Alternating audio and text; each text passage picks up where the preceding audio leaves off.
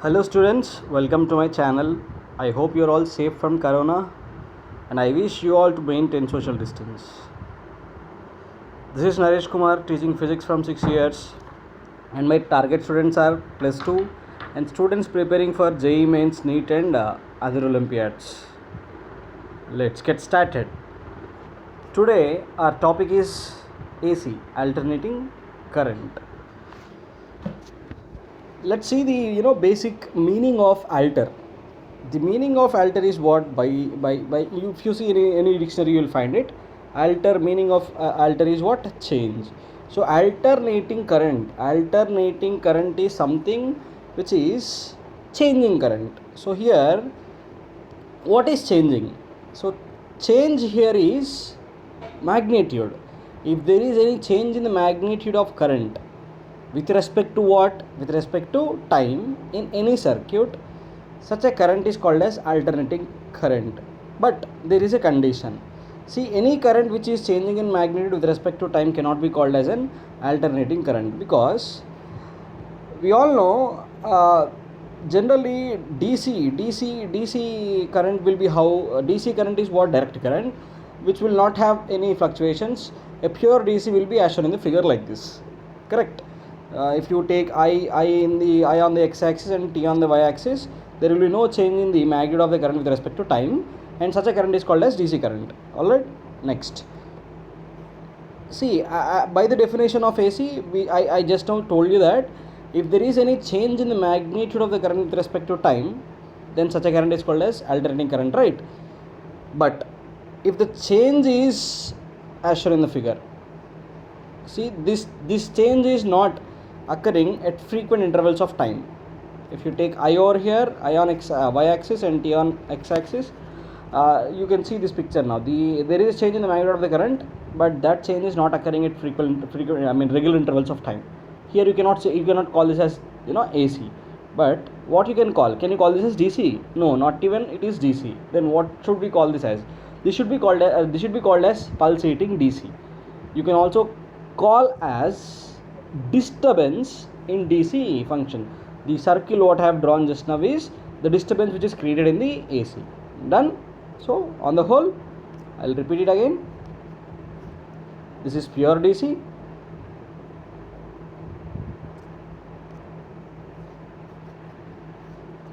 Even though the magnitude is changing, we cannot call this as DC.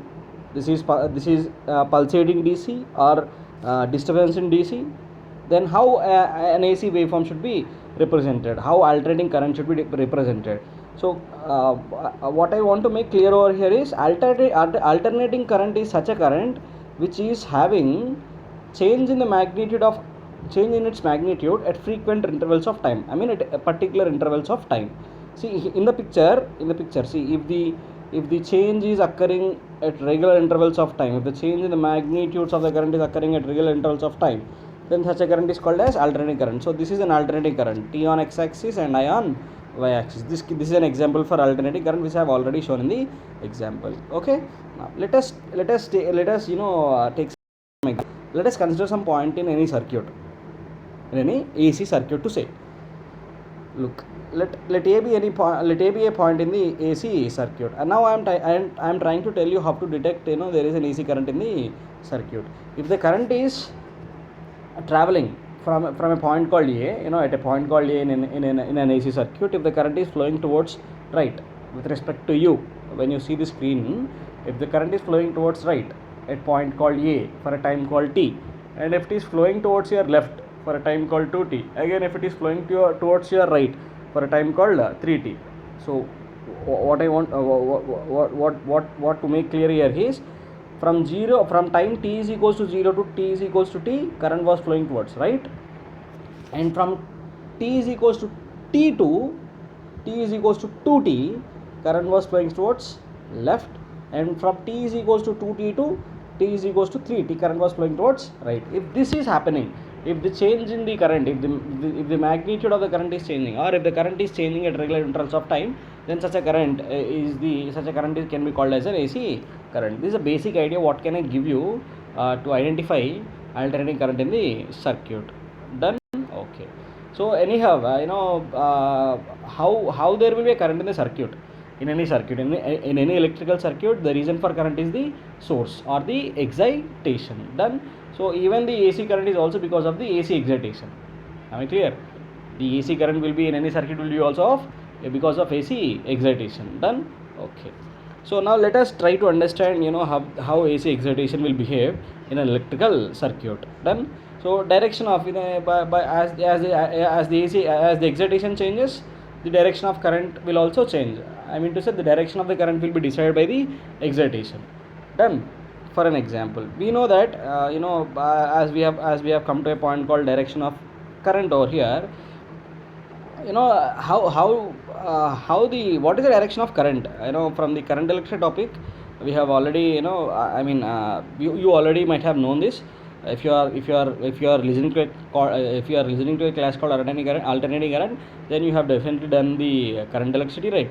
So now the direction of current will be what? It will be from higher potential to lower potential. It will start at higher potential. See here, positive terminal can be called as higher potential, and the negative terminal can be called as a lower potential. So this is how the current will flow in the circuit. If you consider any resistor over here, this is how the current will flow from higher potential to lower potential. Another example to say current flows from higher potential to lower potential. If these are the 2 points in the circuit, say this is of 0 volt and if this is of 3 volt, then current will flow from where to where? If these are the 2 points called A and B in the circuit, if these are the 2 points called A and B in the circuit, then how does the current will be flowing? Will it be flowing from A to B or B to A? Which is the higher potential here? Yes, 0 volt is higher potential here, minus 3 volt is the lower potential. Now the current will be flowing from A to B in the circuit as shown in the figure. So this is all about the direction of the current. So direction of the current will be decided by whom? The excitation will be decided by the excitation. Done. So let us try to understand how an AC excitation will behave, right? So for that, to explain that, I will consider a circuit which is consisting of a source, ammeter and a load. Done. So generally source is what, excitation is what, it is an EMF source, right? It is a voltage source. It will give some voltage, it will do some work to move the charge in the circuit, by which there will be some current in the circuit. So for an instance, let us consider there is an excitation, which is I don't know whether it is AC or DC. I have some excitation and the excitation is behaving like this. The source is behaving like this.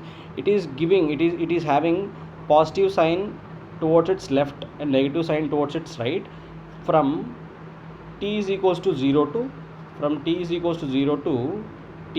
to t1. From t is equals 0 to t is equals t1, the terminals are positive towards left and negative towards the right. So what will be the direction of the current? It will be flowing from higher potential to lower potential. This is how the current will flow. Correct. This is how the current will flow.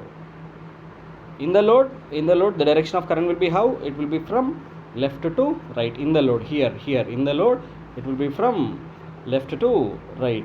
When from t is equals 0 to t is equals to t1. Now if the source has changed its behavior in such a way, like now from t is equals to t1 to from t is equals t1 to t is equals to 2t1. From t is equals t1 to t is equals to 2t1, the source has changed its behavior in such a way, like now the left of the AC source is behaving like negative terminal and the right of the source is behaving like a positive terminal. So from the definition, how does the current will flow now? It will flow from higher potential to lower potential as shown in the figure. Now in the load, the direction of current will be how? It will be from right to left. See, now in the load, the direction of the current is changed. In what time? From t is equals 0 to t is equals to 2t1. From t is equals 0 to t is equals to 2t1, the direction of the current is changed. Done. So such source which gives such kind of current in the load is called as AC source or AC excitation. But I want to make one more point clear over here. Listen, generally AC source should not be represented. AC source should not be represented with signs. Positive and negative signs should not be given for AC source. Why? Because these terminals, I mean to say, this change in the directions of the current will occur how many times? See, the frequency of the current is frequency AC source, single phase AC will be 50 hertz. What do you mean by this? 50 hertz in the sense what? It will make 50 oscillations per second. It will make 50 oscillations per second. 50, what do you mean by one oscillation? A positive and a negative cycle. A positive and a negative cycle together make one oscillation. Now this number will happen how many? 50. In how much time? In 1 second. So in one cycle there is one change in the direction of the current. So in one oscillation there is one change in the direction of the current. So in 50 seconds there will be huge number of change in the directions of the current. Am I clear? In 1 second there will be huge number of change in the directions of the current. Hence we should not, it will be meaningless if we represent AC source, it will be meaningless if we represent AC source with positive and the negative sign. I hope you are understanding. Reason is what? These are changing, the directions of the current is changing with a huge number just in how much time? Just in 1 second. If the direction of current is changing, it means that these terminals are also changing. These terminals, positive and negative terminals are also changing in a huge number just in 1 second. Hence it will be meaningless to represent positive and negative signs for AC source. Done? Okay. So how to represent an AC source now? DC source is represented with a positive and a negative sign which are fixed all the time in the circuit. Now AC source should be represented how? It should be represented without positive and negative signs, with a sign representation, with a wave representation in the source, Alright, okay, this is the representation of the AC source. Done? Okay. Now before going in detail about AC, first of all let us find out how alternating current is generated. How alternating current will be generated when there is a generation of alternating EMF. So let us try to find out how an alternating EMF is generated. For that I will consider a rectangular loop placed over a wooden frame. You can look over here. This is a rectangular loop on which placed over a wooden frame. Let PQRS be a rectangular loop, rectangular conducting loop placed over a wooden frame. See, these rectangular loop is having two ends, end 1 and end 2. You can see over here, end 1 and end 2. End 1 is placed over a metallic frame. Clear? You can see the metallic frame over here which is in circular shape. End 2 is penetrated through the wooden frame which has come out like this, and you can see which is a hanging point called Y. And end 1 was connected to metallic ring, and that metallic ring is connected to a wire which is hanging as a point called X, as shown in the figure. This is a small arrangement. Done. PQRS rectangular loop having two ends, 1 and 2, and is X hanging, and 2 is hanging as Y. Done. Now to this rectangular loop I have provided some magnetic field called B, and the direction of the flux is flowing from left to right. Clear? Okay, this is very small arrangement. So now imagine if I rotate this, see, if you see from the top, if you see this rectangular loop from the top, and if I rotate this in anti-clockwise direction, how does it will appear? First of all, if we see this rectangular loop from the top, in this direction, from the top means in this direction. If you see it from the top in this direction, how does it will appear? It will appear in this fashion. See, the top view of the rectangular loop will be like this. Correct? Okay, hold on. I'll make it more clear for you. These 2 points, these P and Q points, will appear like a single point, this one, and these 2 points R and S will appear as single point called this. And the only thing which will be appearing is a line which is joining PQ as single point and RS as single point. This is the only line which will be appearing. Done. From the top. So this is that line. Clear? Okay. Now if I am rotating this rectangular loop which is viewed from the top, I am viewing from the top and I am rotating this rectangular loop in the anti-clockwise direction. So anti-clockwise direction with an angular velocity called omega. So this is the angular velocity which I am giving, and I am trying to rotate this loop in the anti-clockwise direction. First of all, why to rotate? I'll make it clear in the next in the coming class. In the next In the next page you will understand why we are rotating the rectangular loop. So we are rotating a rectangular loop where? In a magnetic field of B. In what direction? Anti-clockwise direction with an angular velocity called omega. So when I rotate this rectangular loop with an angular velocity called omega, definitely it will displace. What kind of displacement it will take? It will take angular displacement, because the rectangular loop will be in the rotatory motion. Done. So now the initial position of the rectangular loop was this. The initial position of the rectangular loop is this. When it is rotated in the anti-clockwise direction with an angular velocity called omega, let us consider this is the position. Position 2 is the final position of the rectangular loop, which is rotated with an angular velocity called theta, taking a displacement called theta. This rectangular loop is rotated with an angular velocity called omega, which has been taken an angular displacement called theta. So this is the initial position of the conductor, which has took an angular displacement called theta. Am I clear? This is the initial position. This is the initial position of the rectangular loop, which has been took an angular displacement called theta. Am I clear? Yes. So if the rectangular loop takes an angular displacement called theta, then definitely area vector will also take an angular displacement called theta. How? What is an area vector? Now let's see. Area vector. See, area vector is something which is acting in a direction perpendicular to the plane of the area. This PQRS is a rectangular loop. Imagine in such a way like RS is on the plane, PQ is out of the plane. PQ is above the plane, RS is on the plane. So area vector will be how? As shown in the figure. This is the area vector for PQ RS. In an easy way to explain, you are seeing the screen of the mobile or your PC, right, or your lap. If you are seeing the screen, area vector is something which can be explained as a ray of light which is traveling perpendicular from your screen into your eye.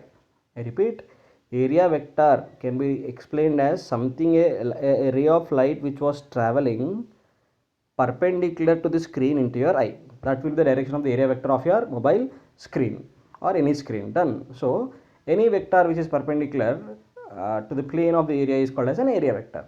So this is my plane. This PQRS is my plane. So definitely this will be my area vector. If this is my area, if this is my plane of area, then area vector will be how? Area vector will be out of the plane. When area is present out of the plane. If area is present inside this screen, then area vector will be also inside the plane. I hope I am clear. Done. So now here now area vector in the initial position, how does the area vector will exist? In the initial position, area vector will be like this for the rectangular loop for top view, and for the final position after making an angular displacement called theta, if this is my plane of the area, then how does the area vector will lie?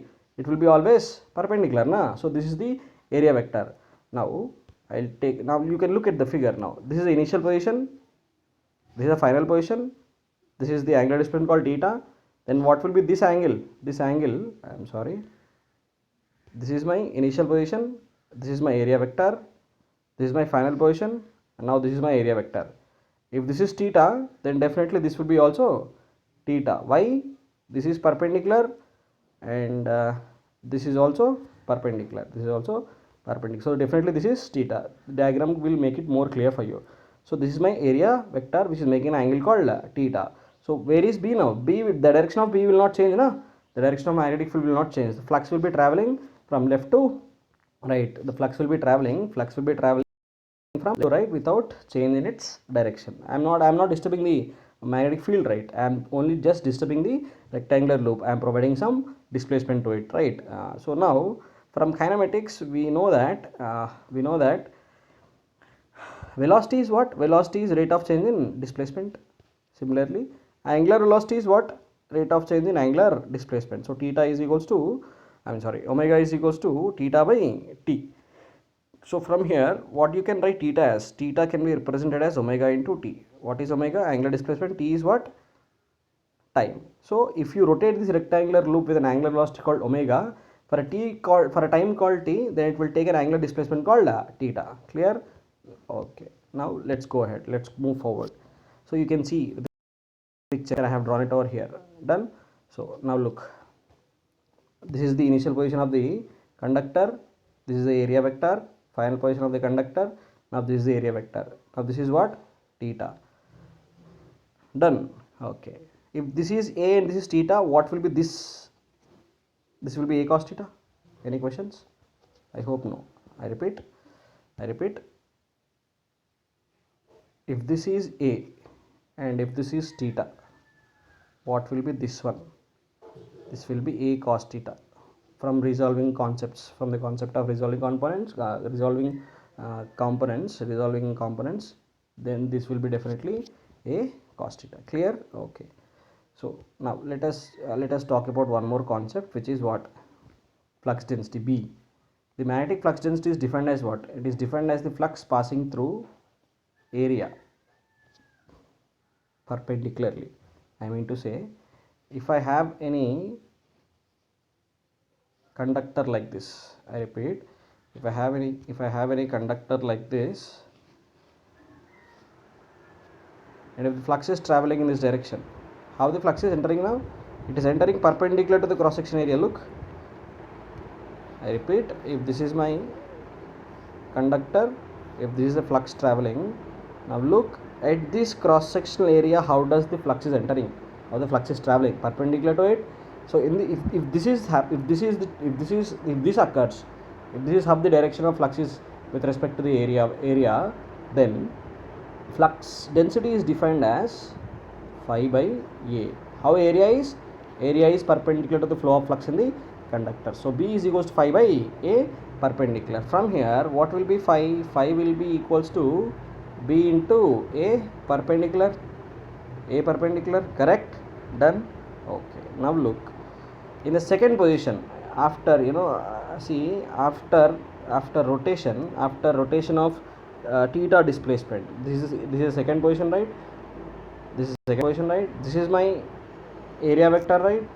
Now area vector is in this direction, but the flux direction has been not changed. The direction of flux has been not changed. The direction of flux is remained the same, but the position of the conductor has been changed. The position of the area vector has been changed.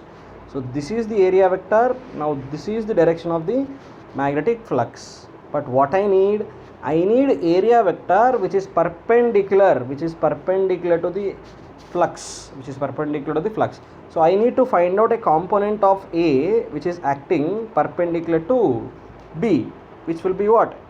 Which will be acting in this direction, which will be what? A cos theta, as I explained earlier. Done. Okay. Now this is A cos theta and this is A.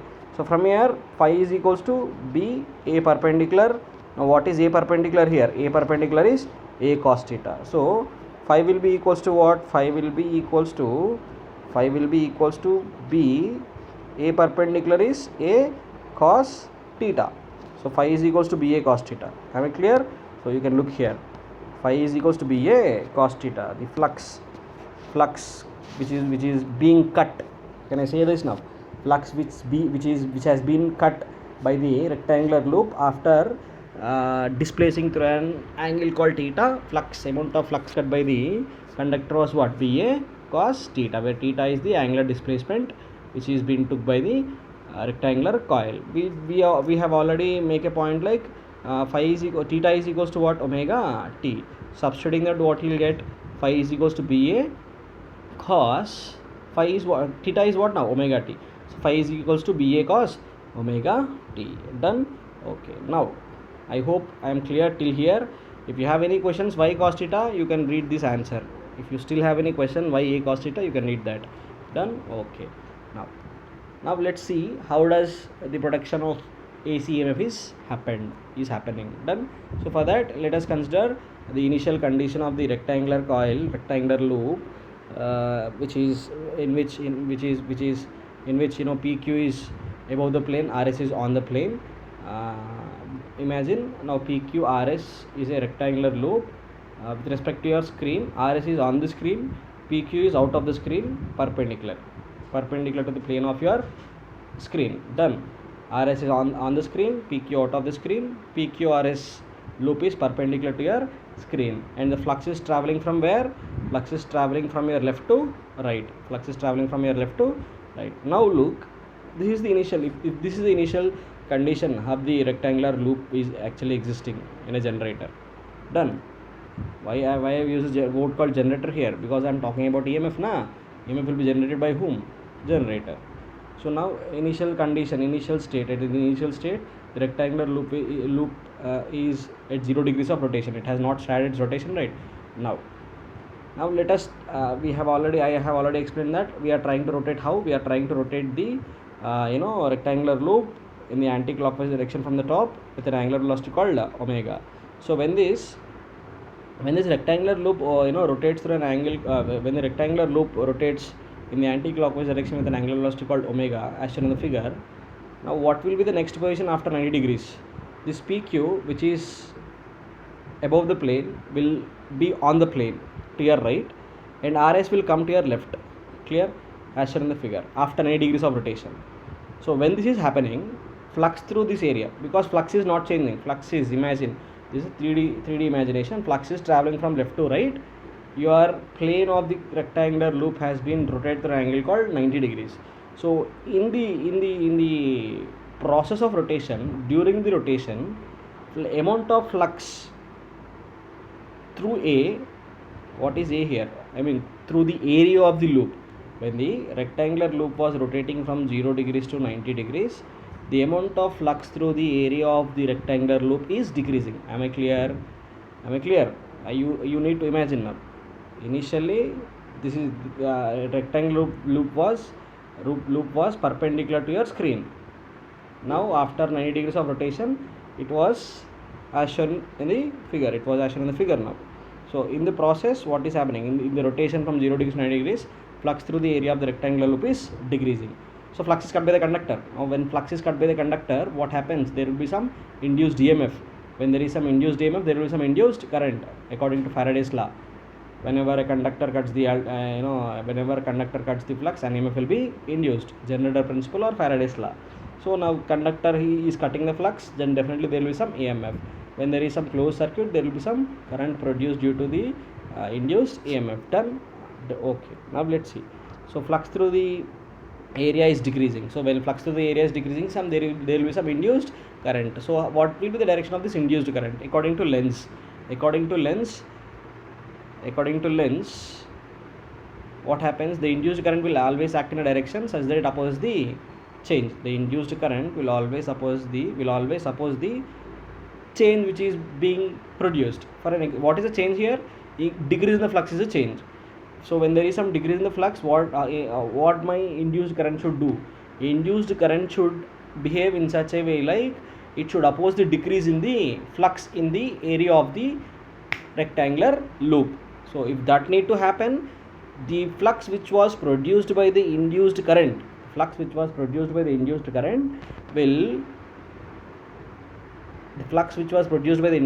should increase the flux in the area of the coil. If it needs to increase the flux in the area of the coil, it should act in the direction of the existing flux. Done. If the flux produced due to the induced current is acting in the direction of the existing flux, then definitely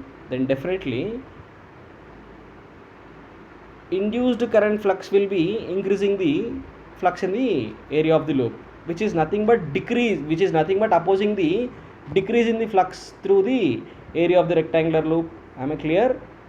I repeat it again. See now, from 0 degrees of rotation to 90 degrees of rotation, flux through A was decreasing.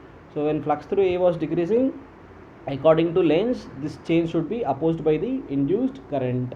So induced current should behave in such a way like the flux produced by the induced current should increase the flux through the area of cross section.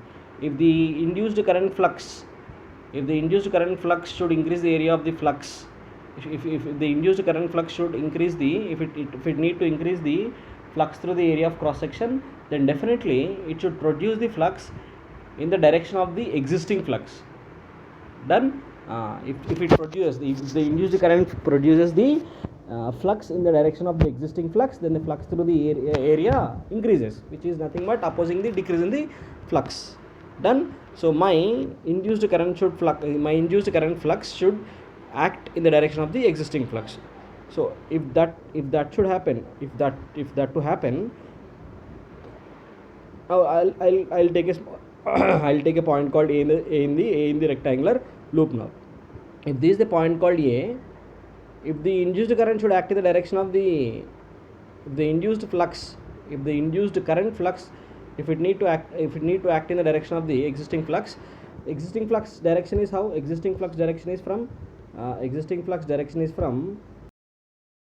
left. Induced current flux should also from left to right.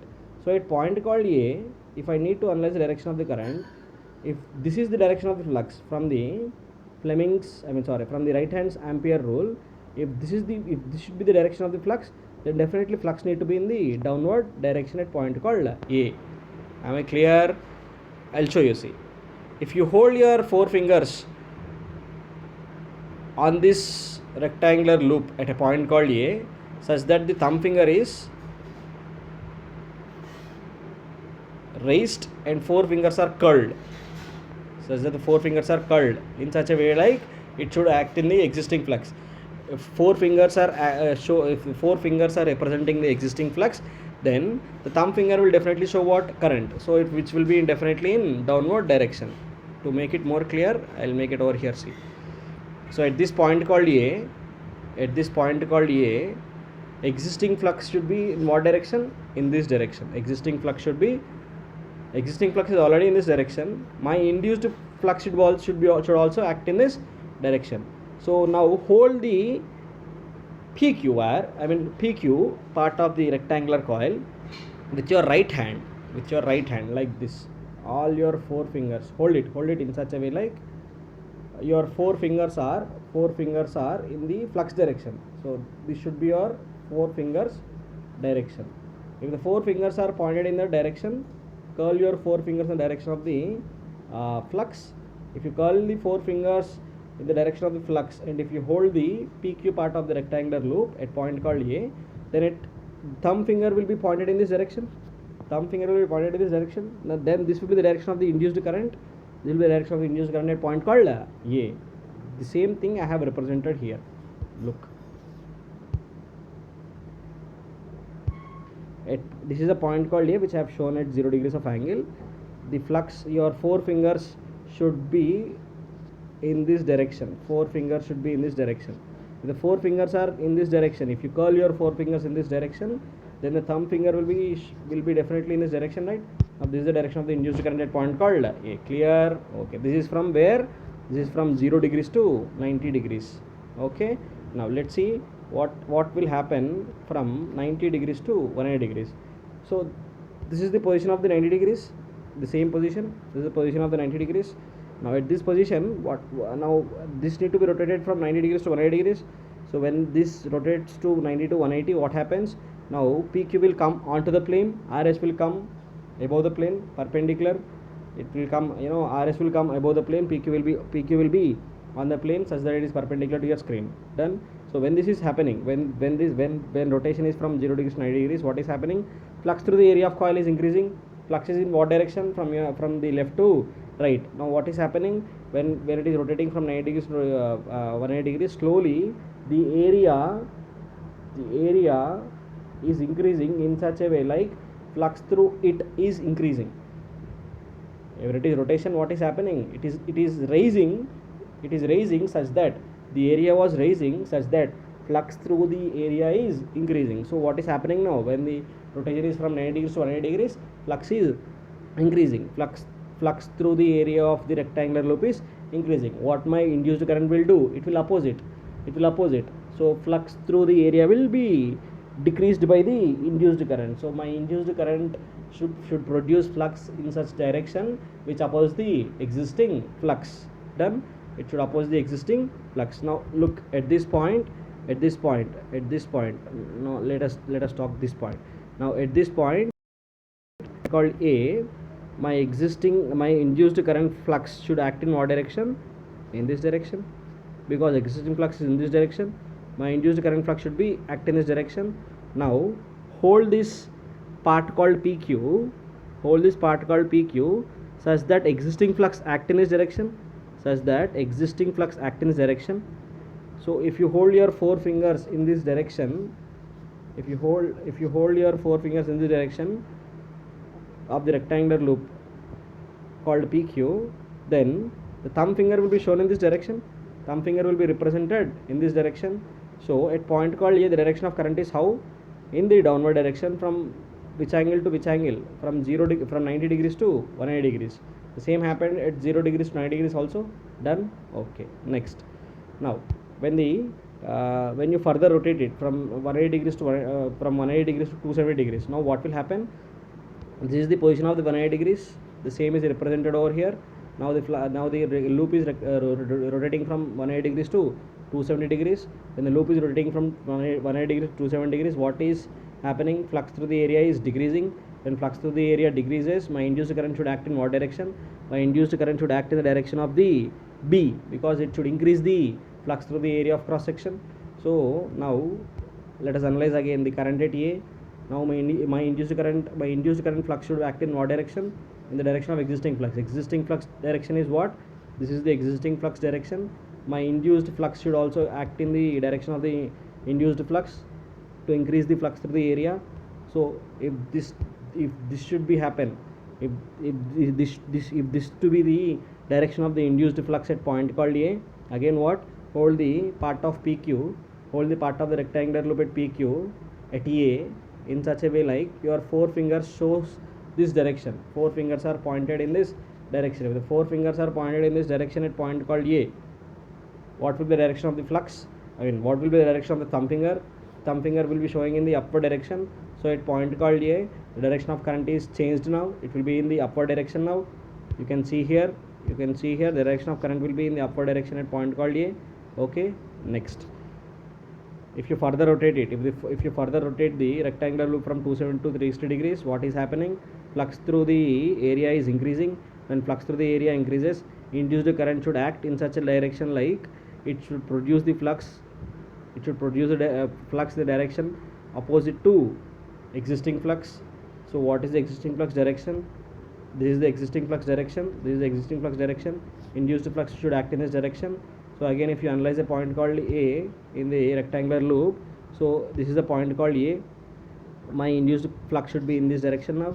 If the induced flux should be in this direction, four fingers need to be curled in this direction at point called A. Hold this rectangular loop such that four fingers are curled in this direction. So if your four fingers are curled in this direction at point called A, then definitely I will be in this direction, in the upward direction. Done.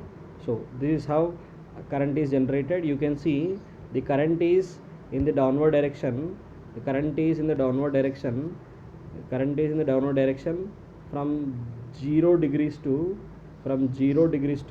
180 degrees. From 0 degrees of rotation to 180 degrees, the current is in the downward direction, and from 180 degrees to 360 degrees, current is in the upward direction.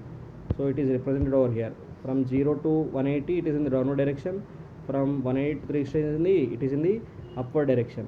Now if we relate this to the circuit, these are all this complete analysis from this figure, right? We are talking about this figure only, right? The analysis is also from the same. Now if you take 2 points x and y, so these are the 2 points x and y. So this loop was rotated from 0 degrees to 360 degrees. Now what has happened? If you rotate it from 0 degrees to 360 degrees, for 0 to 180, flux was in one particular direction. That is from where? That is from 0 degrees to 180 degrees. Current is from where? Current is from at point called A. You can analyze like this. At point called A, look here, at point called A, from 0 degrees to 180 degrees, it is in the downward direction. Correct? Am I clear? So it is in the downward direction at point called A from 0 to 180. So if it is in downward direction, so how does the current should flow now? It should flow like this.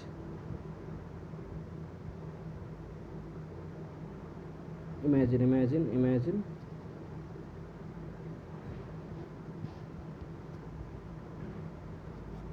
At here it is flowing downward. See, at here it is flowing downward. You can screenshot this. You can understand later on, because there is a small you will have a small confusion at points called I1 and 2. From 0 degrees to 180 degrees, current will be flowing from y to x like this. It will be flowing from y to x like this.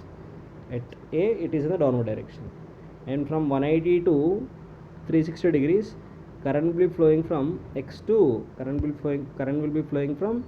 x to y, that is from x to y. Like at A it will be in the upward direction. You can see x and y points over here. It will be flowing from y to x from 0 to 180, and from x to y from 180 to 360 degrees, which represents the generated EMF was AC in nature. From 0 to 180 it is in one direction. I can say it as positive. From 0 to 180, I can say it as positive. From 180 to 360, it is changing its direction. I can call it as negative. Done. It is not about positive and negative, but definitely it is altering its direction. It has altered direction after 180 degrees of rotation. Done. Okay, now look, we all know this is all happened just because of flux cut by the conductor. If this is not done, there will be no induced EMF. So let us try to find out how much amount of EMF has been induced in this loop. So to understand this, from Faraday's second law, what we know, Faraday's second law states that the rate of change in flux is equal to EMF. What do you mean by this? It tells that if a rectangular loop or any conductor is cutting the flux, if it is cutting the flux, the amount of induced EMF in the conductor depends upon how much amount of flux is being cut by the conductor in how much time. If the small amount of flux is cutting in a very small time, the induced EMF will be greater. I repeat, if the small amount of flux being cut in a very short time, then the induced EMF will be greater. If the small amount of the flux is being cut for large time, then the induced EMF can be very less, because the rate at which the flux is being cut by the conductor is very slow. The induced EMF will be less. So induced EMF is nothing but the rate of change in the flux. Now let us try to find out the amount of induced EMF which is being cut by my conductor called PQRS. So to do that, what I'll find out the rate of induced the rate of change in the flux. The rate of change in flux is what? So to find out the rate of change in flux, what I'll do is I'll differentiate the flux function with respect to time. Why? Because I need to find out the change in flux associated with the conductor in a given time called dt. d5 represents change in flux, dt represents in what time. So this change in flux occurred in what time is nothing but the induced EMF from the Faraday's second law. Of course, there will be negative sign which represents the Lenz law, which we have talked about it just now. Done. So now let us find out induced EMF. From the above explanation, the reason for induced EMF is just because of the change in the flux. So let us find out the induced EMF. So d phi by dt will give you what? Phi we already know, it is BA cos omega t. Now d phi by dt is equals to what? Differentiating.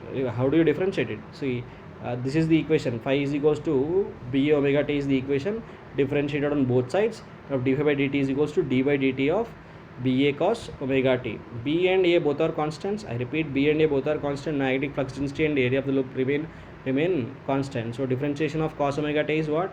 It is minus sin omega t, and we need to differentiate even omega t also. If you differentiate omega t, you will get omega in excess. You will not get this omega if you differentiate with respect to omega t. If you differentiate d phi by d omega t, then you will not get omega. But here we are differentiating. We are finding the change in flux with respect to what? Time, not omega t. Clear? So now as we are finding rate of change in flux with time, so we need to find out d phi by dt. So as we are differentiating with respect to time, so we need to even differentiate the function which is present even in the cos. So differentiation of omega t is what? Omega. So d phi by dt is equals to minus ba, d phi by dt is equals to minus ba sin omega t. If you multiply with minus sign, this is very simple. Minus d phi by dt is equals to ba omega sin omega t. So from Faraday's second law, minus d phi by dt is nothing but E. Now E is equals to ba sin omega t. Done. So I want to talk about this for a while. Now look, E is equals to ba omega sin omega t. I'm sorry. E equals to ba omega sin omega t. See this, when does this E will be maximum? This E will be maximum when sin omega t is maximum. Correct. All these are, if these three are constants, see this E will be maximum. And what is this E? E is the induced EMF in the conductor, B is the flux density, A is the area of rectangular loop, omega is the angular velocity of the loop, t is the time for which the conductor has been rotated. So now this function, this E will be maximum when sin omega is maximum. What is the maximum value of sin omega? 1. When this becomes equal to 1, then what will be E? E will be equals to ba omega, which is the maximum value of the induced EMF, So I'll call that as E naught. Now what is E naught? Ba omega, which is the maximum value of the induced EMF. Now if ba omega is E naught, can I write E as E naught sin omega t? Can I write E as E naught sin omega t? So now E is equals to E naught sin omega t, where E naught is what? E naught is maximum value of the induced EMF. Done. And one more point which I want to make clear is, E is equals to, in the equation called E is equals to ba sin omega t, definitely the unit of ba omega should be equals to volt, because the unit of E is what? Volt.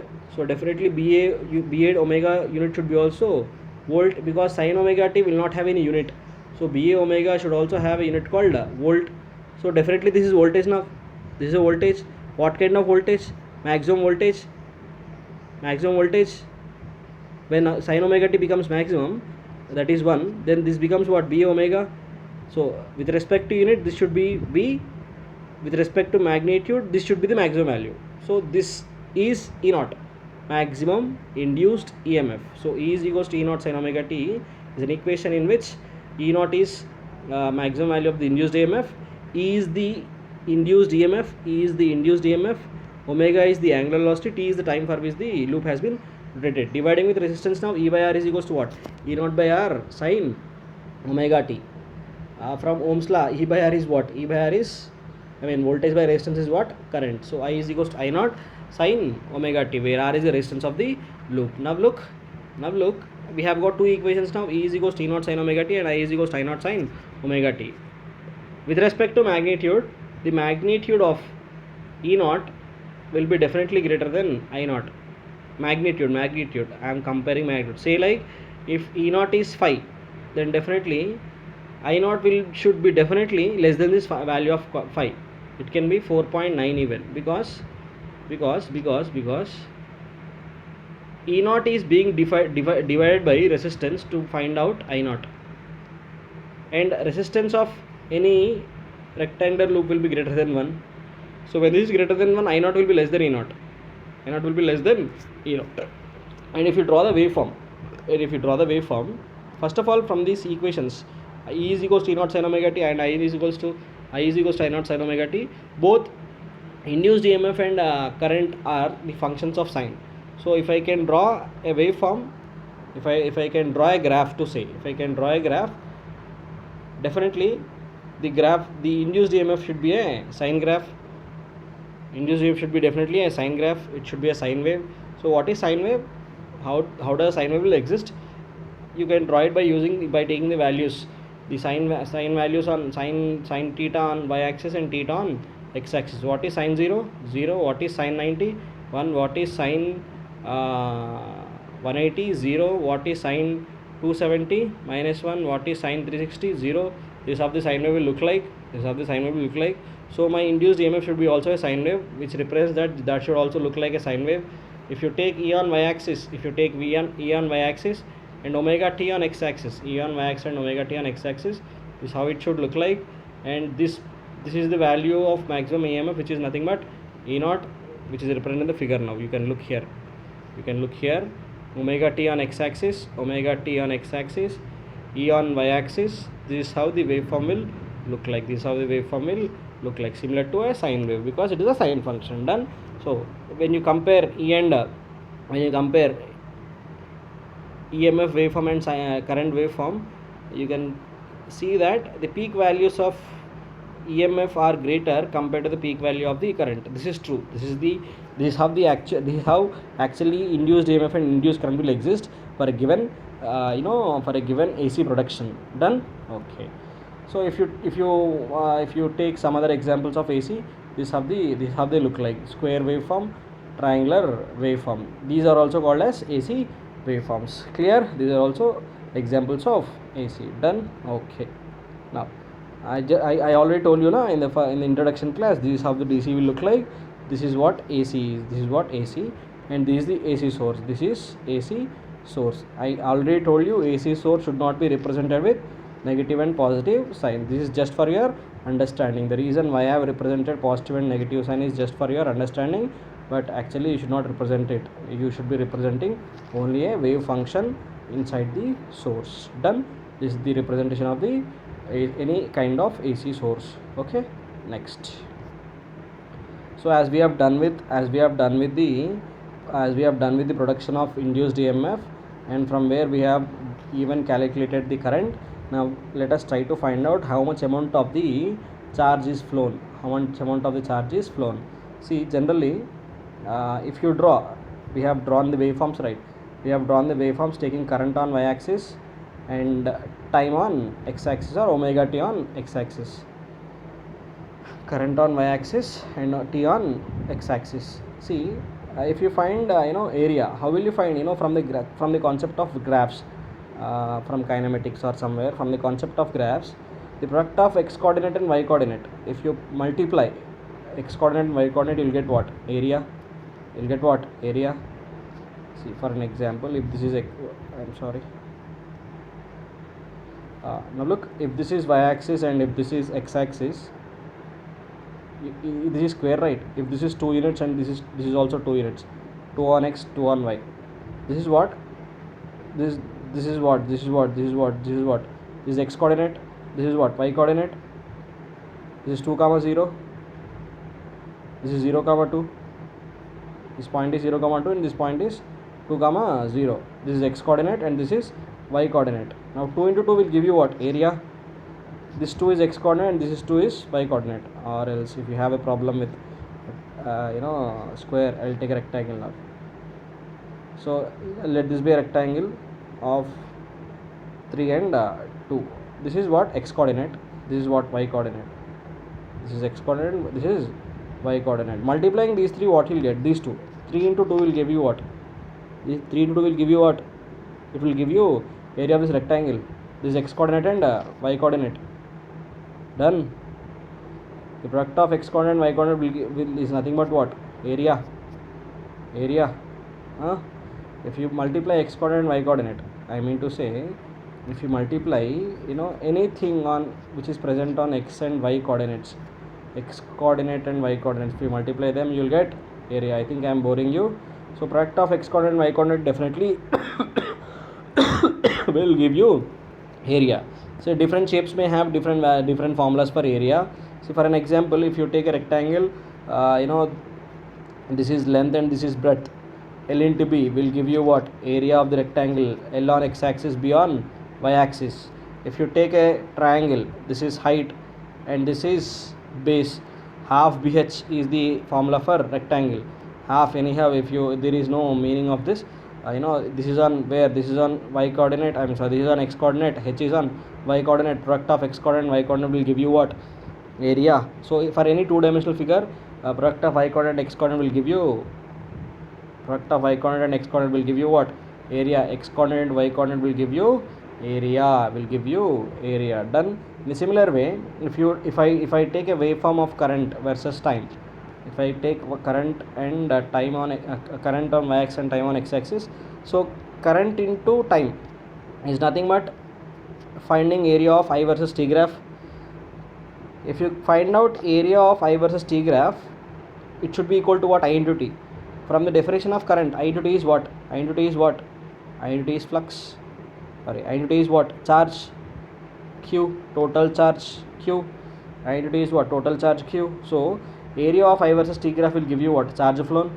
Area of I versus t graph will give you what? Charge flown.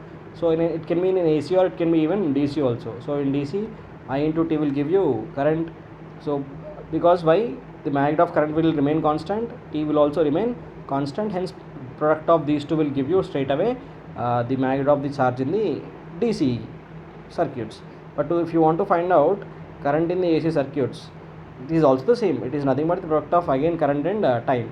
But as it is always, as the magnitude is always changing, you need to find out very small areas. You need to find out very small areas like this area, this area, this area.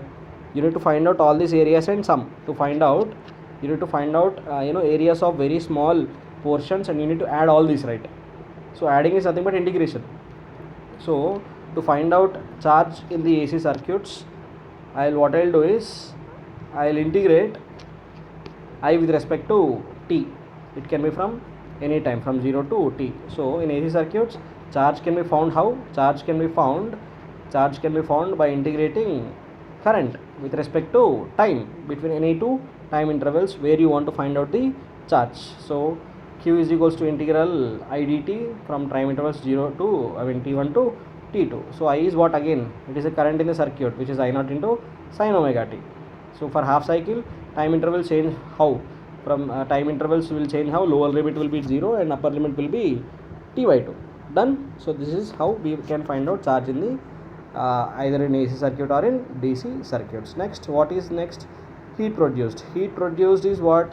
From the Joule's law of heating effect, heat produced is directly proportional to square of the current, directly proportional to resistance, directly proportional to time for which the current is flowing in the conductor. So I is proportional to I square. I is the current flowing in the circuit, R is the resistance of the conductor, and D is the time for which the current is flowing. So on the whole, what you can write in the DC, if the DC is flowing through the conductor, I square RT will give you the formula for heat produced in the conductor. If you want to find out in AC, again what? You need to integrate. Why? Because current is not linear, it is always changing, the magnitude is always changing, hence we will integrate the I square R t to find out heat produced in the AC circuit. So heat in the AC circuit is given by what? Integral I square R dt. I is again what? I naught sin omega t. So after integrating, what you will get? H is equals to I naught square sin square omega t dt. If you take the limits from 0 to t for one complete cycle, so how does the integration will change? H is equals to I naught square integral 0 to t sin square omega t dt. So what you will get now? I naught square, if you integrate sin square omega t between the limit 0 to t, you will get t by 2. So I naught square into R into t by 2. So heat produced is what? Heat produced in AC will be I naught square R t by 2. But in DC it is what? It is I square R t. Remember, here heat produced in DC was double the heat produced in AC when I is equals to I naught, correct? What I mean here is, if the current in DC is equals to peak value of the current in AC, then heat produced in DC is twice the heat produced in AC. Rewind it until you understand. Done? Okay. Next, let's find out. We have done with production of EMF, we have done with the current, we have found out the amount of charge flown through the circuit, we have found out what is the amount of heat produced in the coil. Now let us find out what is the average current in the loop. See, generally average is what? Average is nothing but mean. Done. Average is nothing but mean, sum of observations by number of observations. So what is average velocity from the kinematics? Average velocity is total displacement by total time. Total displacement by total time. Average velocity is total displacement by time, total time. So average current will be what? Average current will be what? Average current will be total charge by total time. Total charge can be represented as what? Integral IDT. Total charge can be represented as integral IDT. Total time can be capital T, or it can be even written as total current, average current. The equation for average current can be represented as I am comparing this with the average velocity, total distance by total time. So average current can be also what? Total charge by total time. So this can be written as integral IDT, total charge we have just now discussed. So total time can be what? Integral dt, sum of all the times. Integration is nothing but sum. So it is integral IDT by integral dt will give you the average current. So average current, see now AC waveform will be like this, right? AC waveform will be like this. This is positive pulse, this is negative pulse. For one complete cycle, for every one positive value in the positive pulse, there will be one equal negative value in the negative pulse. Sum of all this will give you what? 0. Which is nothing but average is 0 in one complete cycle. The average value of current is 0 in one complete cycle. Average value for one complete cycle for T is equals to capital T, average value is 0. Even for long time also, I average will be 0. Why? Because for long time, definitely, as I said the reason, for every positive pulse there will be some negative pulse, hence average will be definitely 0. Done. So let us talk about average current for a time interval called T by 2, that is for half cycle,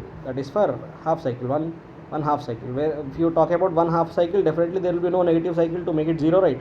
So let us find out average value for one half cycle. So one half cycle, to find out average current, then how does it will look like? It is again integral IDT by dt. You can look over here, it is integral IDT by dt. I is equals to what? I naught sin omega t. Half cycle, as it is half cycle, the time intervals will be from 0 to T by 2, even in the denominator also. So I naught is constant, it comes out of the integration. So it is I naught integral 0 to T by 2 sin omega t dt. So after integration, see this 2 goes to numerator, it becomes 2 I naught by t, into integral of sin omega t dt between the limit 0 to T by 2 will give you T by pi. So it is 2 I naught by t into T by pi. Tt will get cancelled. So the value will be what? The value of I average will be equals to 2 by pi into I naught. If you convert it to decimals, it is 0.68 into 0.638 into I naught. Now let us try to understand what is the meaning of 0.638 times of the I naught. In general, if it is a rectangular waveform, if it is a triangular waveform, if you find the average of this, you will get point. See, if this is I naught, see I average will be 0.5 into I naught. Why? Average is what? Total by number, total number, sum by total number, total sum by total number. So I average for triangular waveform will be 0.5 into maximum value. The reason why there is 1.138 excess is because of this sinusoidal function. I will show you. See here, this horizontal lines will represent 0.5 times the I naught, which is a triangular waveform. Because as it is a sinusoidal waveform, as there is an excess portion of 0.5 times I naught, as there is excess portion which is shown in the vertical lines in the figure in the sinusoidal wave. As it is sinusoidal wave, there is something extra, over triangular waveform, hence the I average value will be 0.638 times the I naught. Done. Okay. Now, so we have done with the average. Very important, remember the formula. I average is 2 I naught by pi. I average is what? I average is 2 I naught by pi. What is I naught? Maximum value. Done. Okay. Peak value to say. Next, let us find out what is the RMS value of the current. We have just now found what is the average value of the current. Now let us try to find out what is the RMS value of the alternating current. See here, the meaning of RMS is what? It is root mean square. But when we are finding RMS of any value, we need to come in the reverse order. SMR. RMS is what? Root mean square. When we are finding, the procedure is what? First we need to find out square, as I have represented here. First we need to find out square, then we need to find out the mean of the square, then we need to apply the root for the mean of the square what we have found. First is what? Square, then mean it. First do the square of the values, find the mean of those values and apply the root. That is how you will get the RMS value of any function. Done. So now let us try to find out the RMS value of the alternating current. We already know alternating current is what? I naught sine omega t. Square of it is what? I naught square sine square omega t. Mean is what? Again sum by total number. It is integration of I square dt from 0 to t by total time t. So what you will get again? You will get I naught square t by 2 by t. From here, mean of I square is what? I naught square by 2. I naught is what? Maximum value of the current. Apply root to it. Now we have found the square. We have found the mean of the square. Now we are applying the root to it. So you will get what? I naught by root 2. So IRMS is what? I naught by root 2, where I naught is what? Peak value. So I naught by root 2 is equal to what in decimals? It is 0.707 into I naught. It is 0.707 into I naught. Now look, IRMS is not a sinusoidal function. First most important point. IRMS is not a sinusoidal function. Hence, I cannot explain you in this fashion. Done. IRMS is not a sinusoidal function. I is a sinusoidal function. Done. But IRMS is not a sinusoidal function. It is the root mean square value of the function, which is 0.707 times the I naught. Done. Clear. So it will be greater than the average value but lesser than the peak value. IRMS is greater than the average value, less than the peak value. Done. Okay. Next. Similarly, when V is equals to V naught, then VRMS is also given by what? VRMS will be V naught by root 2. Done. Okay. So let us talk about something else now. At home we will be seeing in many electrical appliances like single phase AC 220 volts 50 hertz, right? So that 220 volts is coming into your home is actually RMS current, RMS voltage. So here 220 volts literally doesn't mean that it is giving you 220 volt. It is what? It is the RMS value of the voltage which is coming to your home. It is the RMS value of the alternating voltage which is coming to your home. So what does it mean? So the peak value of it will be what? So RMS is 220. So peak value will be what? Root 2 into VRMS. VRMS is 220.